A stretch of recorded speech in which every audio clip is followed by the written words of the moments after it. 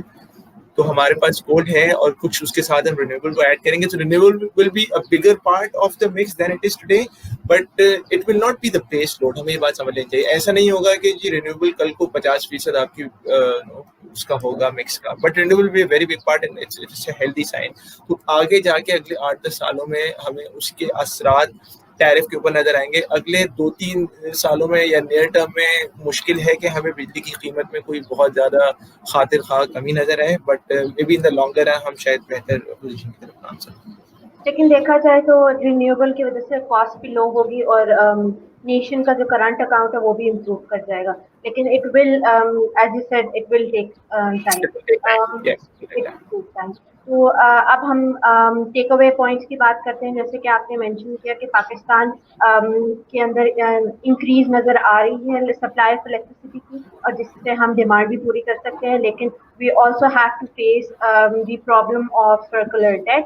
At the same time کہ ہمیں renewables بھی چیپسٹ فارم آف الیکٹریسٹی ہم جنریٹ کر سکتے ہیں پاکستان میں, لیکن یہ ہے کہ it will also take time. دیکھا جائے تو اب increase reliance in renewable energy کی طرف اس کا یہ بھی مطلب ہوگا کہ ہم لوور ڈیپینڈنس کر رہے ہیں اپنے fossil fuels, which will not only lower our cost and improve our nation's current account, and it can also improve Pakistan's energy security while avoiding any Hopefully, yes. technological lock-in or lock-out of date cool technology. So let's hope کہ government already in policies کو لا چکی ہے, اسے implementation level پہ کس طرح سے لے کے چل رہی ہے. Thank you so much for joining Zohair and giving us in-depth light and insight to the problems and how they can be changed with time. Thank you so much, Thank you and so much. Allah It was my pleasure to be on the show.